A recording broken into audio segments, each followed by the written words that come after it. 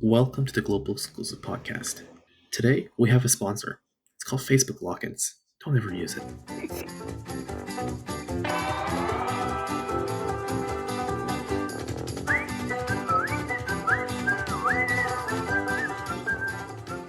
So I think that's probably the biggest headline of the week. That Facebook users still aren't able to log in. As of recording time, at least. Yeah. It's going to need to be a pretty intensive compensation at this point. Oh yeah. Oh yeah, definitely. Luckily, I think all of us were sensible and distanced ourselves from Facebook as much as possible at the earliest opportunity. Oh yeah. Did you Yep. guys? Okay, good. Yeah. Good. I am I think, Google as well. yeah, I think I waited until the FFBE equip inventory export worked for Google and then swapped. Oh, that's smart. What did it for me? See, now everyone who stayed on Facebook will regret it. Anyway, we do actually have quite a few units this week that some of the player base can't see yet. They're gonna miss out on daily shard dungeons too, by the way. That's Yeah. just massive. They'll have to work out how to compensate a lot of different things. Or maybe they just won't. Ding ding ding ding ding. We'll see. This will probably all be over by the time anyone actually hears this, but it will. Yeah, it's kind of strange that it's like still not fixed. Like I figured that this is the kind of thing that they would like get all hands on deck fixed within 2 hours or something, but it's Well, still going. I'm assuming because of the circumstances and whatnot that this might be caused on Facebook's end, and so they might not actually be able to do all that much on their own to fix it. Makes sense. Probably true. Yeah, especially with how many times Facebook changes have broken the inventory export on the equip side. Yep. So the new units, guys. Yeah, we'll get to them eventually. They are somewhat anticipated, mostly for one particular piece of equipment. Yeah, but it's kind of anticlimactic now, isn't it? Yeah, kind of. But anyway, we've got a new Guardian Tidus, Mm-hmm. who is a unit attached to the STMR people want. But I know he's pretty good, to be honest. Yeah, but he didn't get the buffs that people wanted, so that's probably the biggest disappointment. No, he is come packaged as is, which is sort of what we expect from most JP units these days. But I think Sinsar put it best. Like, he was a premium unit in JP, and most of the premium units got like a nice treatment over here in GL. So I think it was kind of reasonable to expect it. But yeah, you're right. Didn't happen. Well, there is some historical precedent because Yuna didn't get any buffs despite needing them on her release, and I don't think Auron got anything either. That is true, and Auron didn't need it, didn't he?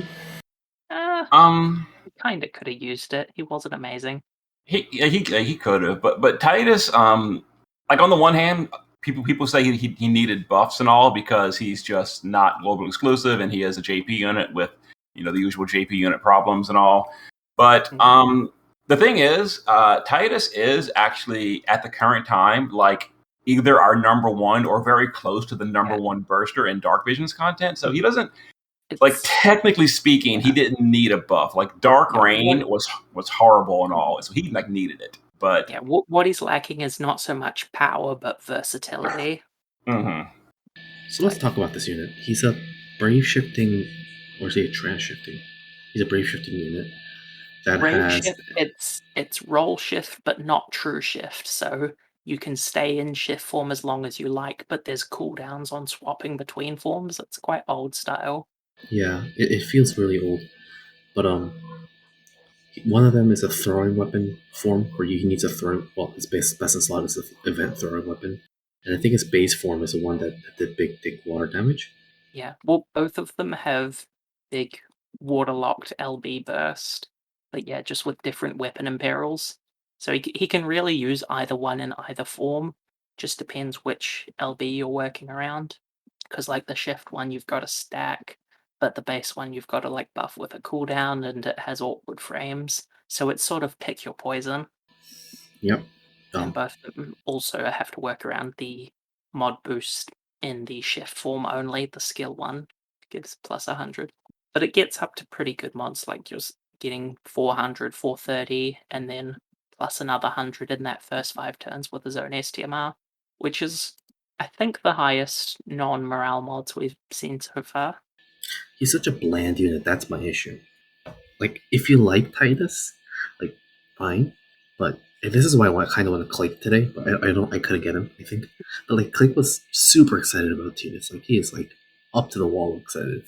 But I'm not that excited about FF10. I like FF10 just like any other bloke. I think since I was talking about in this Newsday video, but like I don't have that attachment to it. So this is just another boring JP unit, which is kind of sad. I mean, it's a tiny bit above the standard of normal JP units because he's got like some AoE water imbue with weak amps, and his chaining skills are like decent elementless sustained damage, which saw a decent amount of use in the JP trials from Sins and stuff. Is his decent chaining the bolting strike one? No, Please it's don't. Stardust Ray. Stardust That's Ray. my issue. I fucking hate Stardust Ray. It's just a global problem. Like I don't understand why they don't fix it because Stardust Ray is fine on JP. Global did something with like the recast stuff at some point, and they never fix it on Stardust Ray. And it's like a nightmare to chain on Stardust Ray, but it's like super easy to chain in JP. I can chain it like almost every time manually, no problem at all. If they don't fix Stardust Ray, they should just switch it to BS by this point. Everything's BS. That would be better. It is easier on BS. You're right, Shadow. There is a lot of BS in this game. I walked into that one. So everyone was excited about his STMR. Could somebody explain about his STMR other than his ridiculous attack and HP stat? I mean, the important thing on it is for the first 5 turns of battle, it will do an autocast that gives a plus 100 mod to any LBs that do physical damage or physical damage with consecutive increase, so a stacking mod. So it won't affect anything that is morale scaling, anything that has damage against a specific race, or anything with defense ignore, as well as weird like stuff that scales with other stats, even if it's physical attack. So it's quite limited in what it will affect, but on the ones it does, it's a very strong boost for those first 5 turns. So who needs this? I know Tidus probably wants this. Auron Tidus wants itself this. yeah, a lot of like the previous era of top damage dealers from JP need it, like Sephiroth, Tifa, Knights of Grandshout, they would all want it.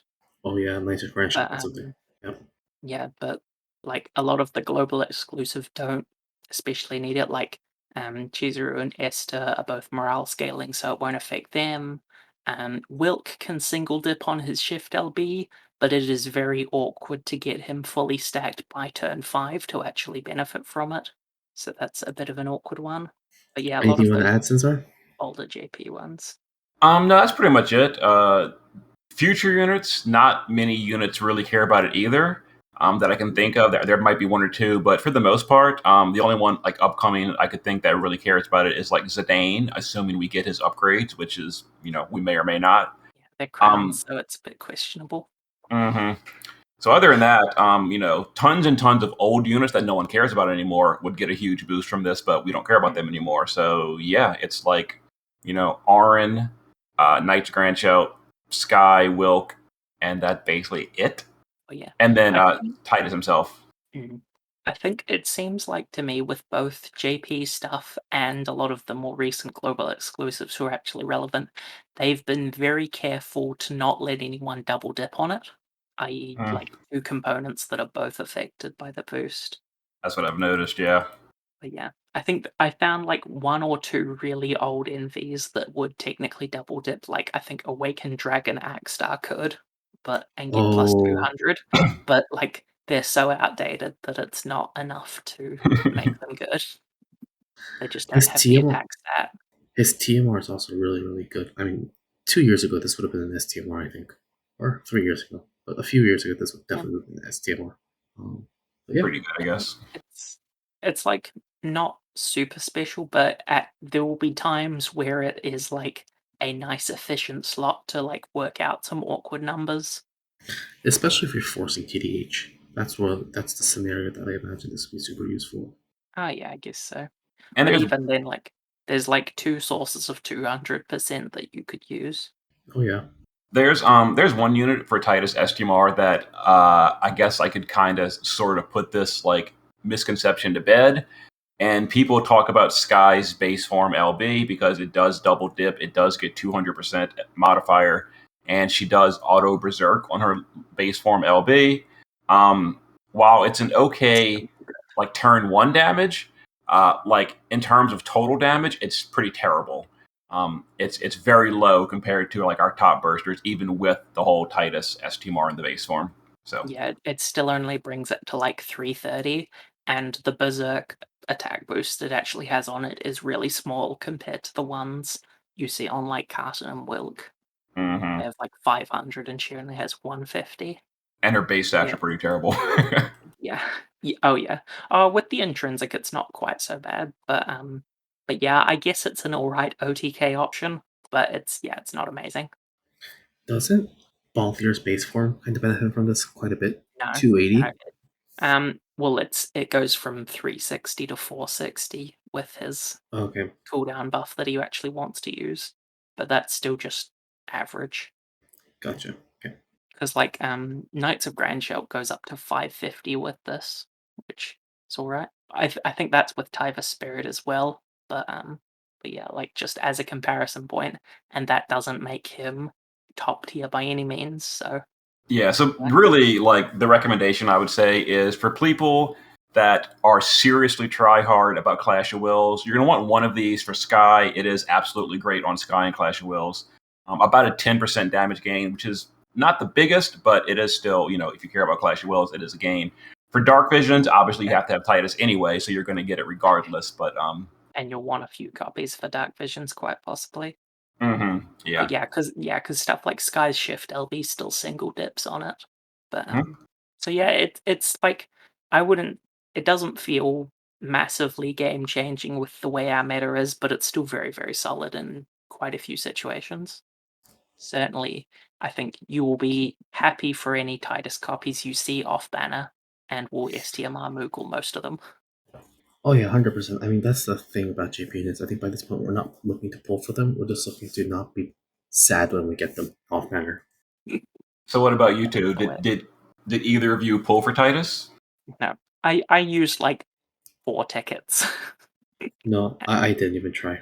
Nice. I don't think I've gotten any NVs post maintenance that weren't guaranteed. Oof.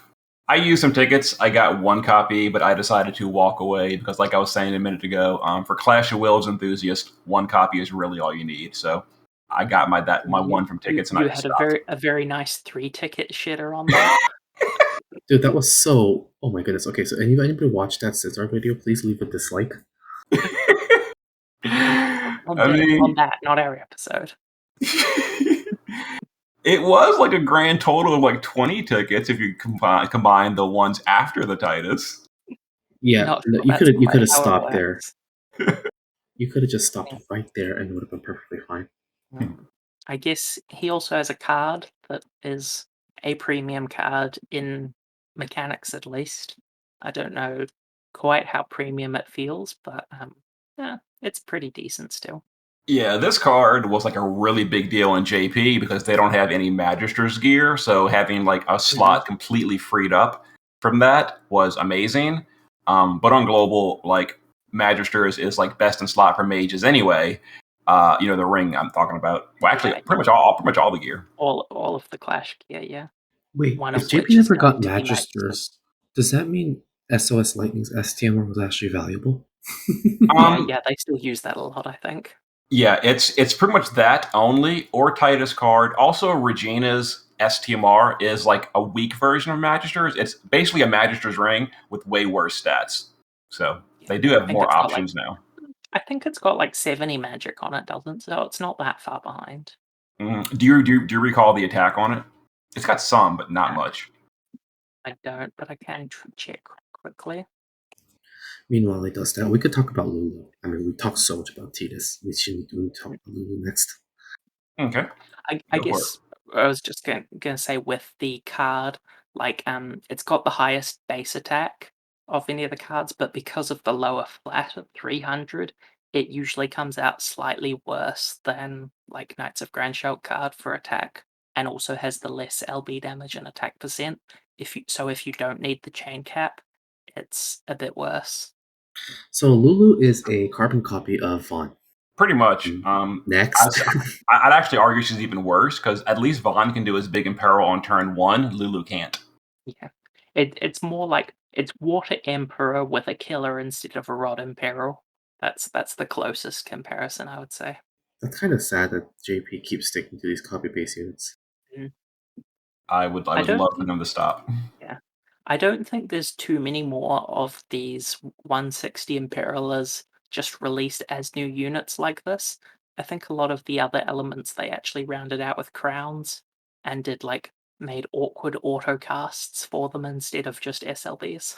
Which that part's not so nice, but at least we don't have to sit through tons more banners of them. The only one upcoming now is Kuja is the only one that's not like an old unit redone. But thankfully, Kuja's one, right? He is. He's light element. He also has the 35 Rod and Peril, same as Emperor. But the good news is Kuja is shift. He is not he is not SLB. He's shift, and his that's quite nice.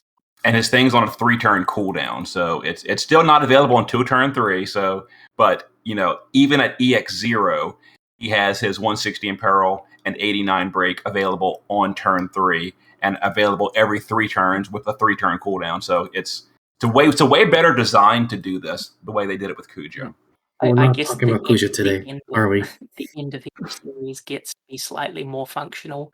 Like I think in the 145 series, Yesh at the end got both the weapon imperil and the killer buff instead of one or the other. That's true. It's still a bit iffy. So that's Lulu's kit, breaks and water imperil. Pretty much it. She's got a really nice TMR. Oh yeah, that's the main thing. Her TMR is finally a good magic TDH accessory. We've been waiting ages for this, really. Yeah, most people quit while waiting for this shit. Yeah. But yeah, it's got a full 100% TDH on it and 60 flat magic, so very nice pickup for any Lulus you get. Her STMR is also pretty good. It's 100% LB damage on a 100 mag robe. So the problem is the LB damage is restricted to breakers. Yeah, that's the big issue. So yeah, mages won't be able to really fully use that unless they also happen to have the breaker tag. Also, it's actually kind of funny noticing roles-wise, Lulu doesn't even have the mage tag. They're not even pretending that her damage is decent. Hey, at least they're honest. That's pretty much how they've all been, though. Tulian, Edge, Vaughn, none of them have the attacker's tag. Emperor didn't have the mage tag either. Like, they're all exclusively breaker tag, which is, bad. Yeah, it's also kind of funny. It's kind of funny. Let's be honest. Her card's absolute dog shit, especially in the GL context. Compared to most of the non-premium series cards from JP, it has 10 extra base magic. It's a whole 110, but yeah, it's basically just for it would be for her if she did damage, but because FFX doesn't really have any relevant magic scaling mages at this point, it's pretty useless. All right, so the next new unit is NVA Wakka. It's gone all the way from 3-star to NV now. Yeah, think about that sort of achievement. I think where you guys are in life. I'm just looking at his stat table on the wiki, and it's 9 rows long or something. He's dog shit. Well, I think he's got 1 or 2 uses, but it's really for budget stuff. I may use him on this Go ahead. I was just gonna say he's just Vayne, but for birds. But Vayne at least has those flat stats, so he gets that sort of bonus on it. But Wakka doesn't get those flat stats, does he? No. If you meant his damage dealing capabilities, no. It's way worse than Vayne. Vayne's a damage dealer first. Wakka's a breaker first. Yeah, his main thing is some alright defense and spirit breaks at 87%, and imperiling all elements by 120. So he's old Gilgamesh, but with trading the chaining for some bird killer stuff, and then the attack and magic break for slightly stronger defense and spirit break. Gotcha.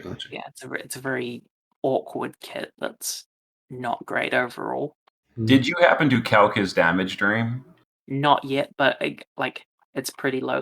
Against non-birds, his SLB mod is 161, which is terrible. And again, against Nombert, his best chaining option is like 280 quadcast, which is again really low. And his stats are bad. So yeah, like against birds, his damage will be okay. Against anything else, it's garbage. Makes sense. Now, Also, if he could quadcast the skill that his SLB unlocks, he could do tons of damage to water weak birds. But no, he doesn't even get that one grace. Oh well. oh well. He is a bonus unit through and through. So what happened this week also is not only did we get new NV and NVA units, we also got new crowns, which is interesting. They kind of skipped on fucking Cabroth, and they don't skip this week. I just ripped my hair out. Why did they skip Cabroth? Oh my goodness. No Oh one yeah, knows. they're actually pretty good. Both the crowned units, they're actually really relevant and Yep. decent. Unlike Mazurka's crowns and all were kind of we didn't get her as a crown, but they were like whatever. These they're a big boost relative to where they were, but it's not so much of a boost to bring them to the point where they're top tier. Yeah, I wouldn't say Yuna's crowns were better than Mazurka's or anything. But Well, Yuna, in a really unique light only scenario, might be your best option. She's like, remember how Terra used to be your Yeah. best option for most people? Because Well, yeah, if you're heavily restricted on elements, yeah, then maybe. But Well, not really. Yuna burst extremely hard. Although, if you're only considering just the crowns, it's not that great. She needs the whole package, which is the crowns from this week, the staff from next week, and the mod boost item from the third week. When she gets all of those combined, she's actually a really heavy burster, like top 10 or 15 on global, which is pretty good for a mage. yeah, it's all right. Like she's still like hard locked to light and a bit awkward to gear with evoke and stuff. Oh But, yeah, she definitely needs like the high end gear to make all this work. but yeah, like the 2K spirit and the bit of extra stats she got are okay, and she's a decent. Like her dark amp field might be useful now that it's 50% with the crown. that always bothered me. Why is her amp dark, but her main element is light? That just Well, amp fields don't work on evoke damage anyway, so it would be kind of moot. it would be. But even then, if you stick her into a dark team, she's gonna. Yeah, I It's a guess she little just does. awkward. Yeah. Yeah, in my opinion, she should have definitely been like a dark evoker. The whole reason I'm assuming her field is anima is because of the whole Final Fantasy X, lore behind it. But she should have just been like a dark evoker instead of a light evoker, Yeah. and then it would have been so Mhm. much better. It Or wouldn't have help like a her, but yeah. it helped the team. Yeah, I mean, I guess part of the reason they probably originally didn't do the light amp field is because it already existed on like Bahamut Fina's NVA, but otherwise they like could have easily made like a Valifor field that was. Oh, I guess you can't evoke Valifor then, but I don't Yeah. know. They could have done better things with the design to make it more cohesive. There are Okay, options. so riddle me this, Cesar. Why didn't you calculate Aaron's damage with crowns yet? I did. He's on the future unit tab. I just haven't copy pasted him to the old tab because literally Oh, every okay. single second of my free time has been spent playing this like new character stuff. Okay. We're gonna talk about that a bit later. You Just didn't hold give on. them Tidus STMR though, even on over there. Oh no, the reason for that is because by like my own little rules on the spreadsheet, any SLB units do not get something like Tidus's STMR unless they're built like, for example, star player Tidus, where they auto cap. Now, after his crowns, Auron probably does qualify for that exclusion. But I think what I'm going to do is just get rid of that, like, because that rule is like very judgmental. Either you do or you don't. I'm just going to give everyone Tidus STMR, and if they can't gear for it because of a bad killer race, too bad. I said Orange Tidus, not Tyvus anyway, which is like much less of a slot detriment because it's still a very high attack chess piece. and Aaron got a bunch of killers this time around with his crown, so it should be okay. Yeah. And he got the chain cap increase as well, so he doesn't Mm. need that extra slot for chain cap increase or killers as much as he did before. So I Yeah, think he you could is get rid of that restriction. innate 6 times and 100 for all killers innately, which is pretty nice. I honestly think both of these crowns were amazing. I probably will crown them both at one point. because I like FF10 enough to crown them. If Gabronth's crown came out, I would not have crowned both because they skipped Gabronth's crown. I'm gonna be still salty about that one. I think the main problem with them is still like the restriction thing. Like Yuna's still hard locked to light magic damage. Auron is wind locked and has to work around SLB with nothing to do on his off turns. So both of those are just sort of inherently niche regardless of power level. But But if you when like, they work, they're quite strong. yeah, no, that's true. Yeah. I will say I that imagine Auron will see some use on the next trial, which should be coming up, the Rafflesia. be good there. I will say too that Yuna for me and JP has actually seen quite a few uses in dark visions because JP keeps doing these dark visions that are weak to light magic and have really obnoxious anti restrictions to other options. So like one of them was the upcoming Vision World. The Seymour fight is a magic light fight, and he has permanent, unremovable 90% general mitigation. So you kind of have to use like I evokers. mean that one's designed for her, obviously.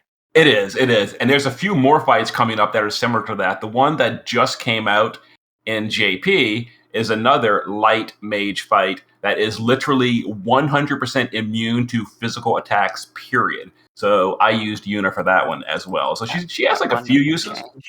Yes. So she has a few uses based on JP that are upcoming, but it's still pretty narrow. We did still skip Ninja Master Hawkeye's EX abilities because we were supposed to get those this time around. Well, I mean, they're a bit iffy on timing regardless, especially as his original release was late and his kit was changed and all that jazz, but we'll see. They'll give us Hawkeye's crowns when we get the Legend of Mana Vision World, which is only about like 9 months overdue at this point. I'm sure it's coming any day now. Any day now. The Fetch of Crowns is decent, basically. And by now, especially with all the anniversary stuff, you probably have quite a few saved up, and there's been like no sign of needing them for the IAs yet, so maybe use a few.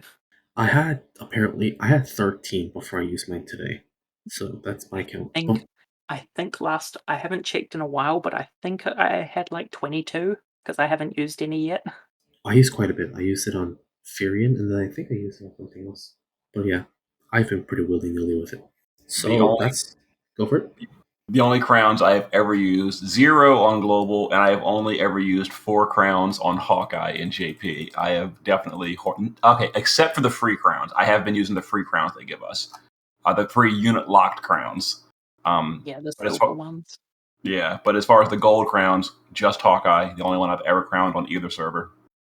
Wait, well, you mentioned using Yuna. Were they silver crowns or? I actually never crowned Yuna. I use Yuna because Yuna got upgrades just by default too. She got crowns, which made her better.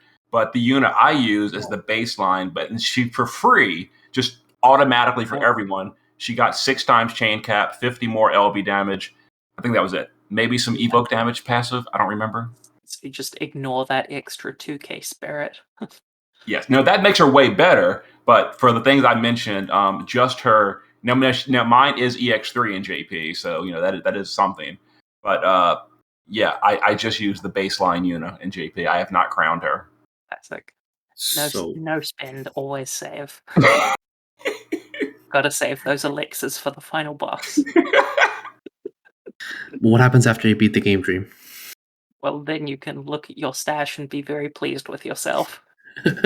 Oh, Dream doesn't play enough RPGs. The correct answer was you play New Game Plus.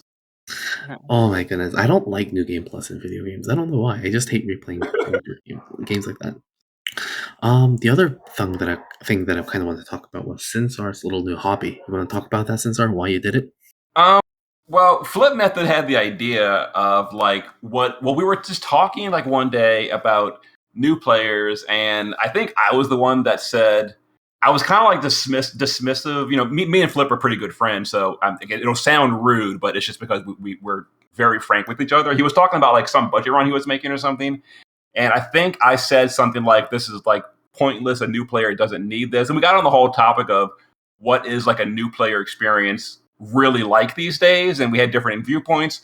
So we kind of came to the conclusion, like, let's try it. So that's how it started. And so we both made brand new accounts, alt accounts or whatever, and we're going to be trying basically exactly as we said, completely free to play, new account, new player, and see how far we can get. My personal goal is to try to get the Clash of Wills beaten up to and maybe including level 99 before the end of the week. That may be very optimistic and not possible, but I'm gonna try it, and we'll see how far I can get. But it's been pretty fun so far, honestly. It's really enjoyable. I think one thing you should try is how long it'll take to create an account to get rank 1. In Clash of Wills, that unfortunately, as far as scoring, I think that, obviously not like in the first week, but I do think like a free-to-play newer player can, with the right, you pull on the right banners, they could get a rank 1 clear, and very realistically, I'd say within a month, except for the EX lock. Yeah, The I EX think that's lock the is big going to be problem there. Yeah, that will be basically impossible without spending, and I'm definitely not going to spend on an alt account. So that'll probably never happen. Yeah, because you could probably take an existing rank 1 clear, and it would still function even with all of the units at like EX1. Mm-hmm. But, Yeah, because there's just the big score lock is the problem. Like Beach Blaster Olive can basically solo cap on her own, but at high end. So like a free to play Olive would need a secondary DPS. But like let's just say, for example, during the Olive step up, you got Sylvie and Chizuru. Those three can definitely rank 1 with like really bad gear, just their own STMRs and some trial rewards, and they can cap it. But you'd have like an EX11 team at best or something. Okay, well that makes sense. I was just curious how long you think it'll take to get rank 1 in any of these accounts, but it won't be anytime soon, I think, though. I mean, yeah, maybe the challenge. Well, I guess even like you can't even turn on all the mods. Like you still can't try the fight at max difficulty without the EX levels. I wish you could, because on my main account, I had a party. It was an EX15 party. It rank 1'd using a single DPS, using the Leftia's new story gear with the 100 amplify. And I was dying to record it, and I was about to record it, and then I thought, it's going to get so many comments saying, because you're an EX15 team, you didn't turn on all the mods, it doesn't really count. So I'm like, I'm just not going to bother. But yeah, because my lefty is only EX1, and I had to use the new Olive at EX2. It was an EX15 team. I couldn't turn on the modifiers, but it damage capped. Yeah, in a test run. That's what I was thinking. Like with the new account, maybe if a true rank 1 isn't possible, like have the goal be to damage cap with all of the defensive mods on. But like, yeah, you probably can't even get them all on, even ignoring the offensive ones, just with enough EX levels. Yeah, that's the annoying part about EX restriction. 12 or 13 to turn all of the defensive ones on. I hate the EX restriction. For me right now, I didn't rank 1 cow yet, but I think I can do it if I put in the effort. But the issue is my Kaito is only EX2, and that creates a hole, and so is my Chao. And if Kaito and Chao are both kind of, well, they're not required, I think, but they're kind of like make the game into easy mode. So I want to. Yeah, exactly. But because both of them are stuck in EX2, like my team building is just out of whack right now.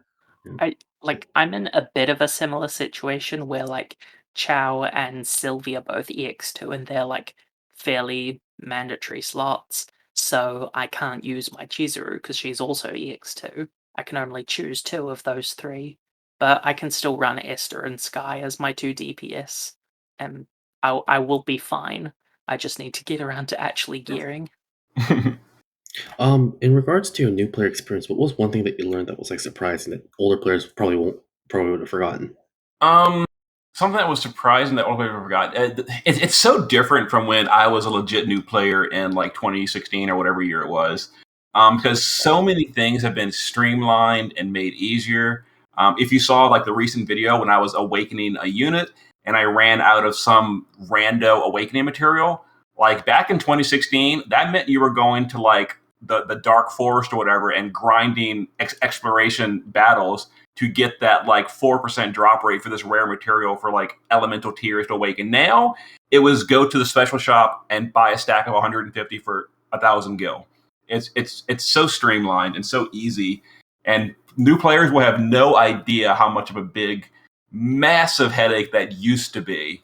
So that's one thing that was like such a huge difference as compared But to also, the past. like, thank God for that, to be honest. Yes, it was. It used to be such a headache. I mean, we probably, if that hadn't happened, we probably still would have run into it with like having to get all of our Wakkas to 5-star to turn them into shards. Oh my god. We'd be like, oh god, I'm out of materials. Speaking of that, I usually on my main account will buy like a stack of 500 at a time, and I actually made 2 EX3 Wakkas for my main account for bonus farming, and I ran out of materials on the main. I had to go restock because they used so many. Yeah, that would be rough, even for us, if we didn't have that change. Good. With the upcoming UI update, is that one thing that becomes easier, like turning the like lower rarity ones to 5-star to shard them, or does that not get helped that much? Not really. You still have to awaken 3s, 3, and 4 stars up to a minimum 5-star to shard them. But the whole process as a whole is streamlined a little bit, and it's a little bit easier. There's basically less clicking involved, but there's less menus. But the whole problem of not being able to shard a 3-star still exists. Still exists, and there's no like quick shortcut for awakening them all. Not really. You gotta go through one by one and awake. Well, so you would go to the awakening menu, you'd click the unit, and then you would click just awaken twice. It'd be just like, so basically about 4 clicks per awakening. So it's streamlined, but it is still more steps to awaken a 3-star. Each individual awakening is cut down a bit, but you still have to do each individual awakening. Mm-hmm. Yep. So annoying. Can't fix everything. It's more annoying than the last 2 weeks. We had the EX3 Vayne, we had the EX3 Wakka, and Ruby Conte. Like in the last 3 weeks, that's a lot of clicking. So, I'm looking forward to this UI update so much. Oh, don't worry about it. Next week we have to do Seymour as well. Don't forget that. So, are you though? Are you? How many Seymours do you have? Do you know? I had like 7, I think. Oh, you are so lucky. I have on my main account literally one copy. I cannot even get this dude's STMR for Yuna without using an STMR Moogle. Because he's just like Vayne. You're going to get 75 shards, the end. You're not going to get a prism. You're not going to get multiple copies. You're going to get 75 shards. That is it. So I am going to be just out of luck. Yeah, I just checked. I also only have 1 Seymour. Oh, hard life. I only had like 2 Rubicants until I pulled a bit on the banner, and then I had a dozen. Because God, they were very common. Okay, so I just checked. I do have 7 Seymours. 2 of the Seymours are 100% TMR.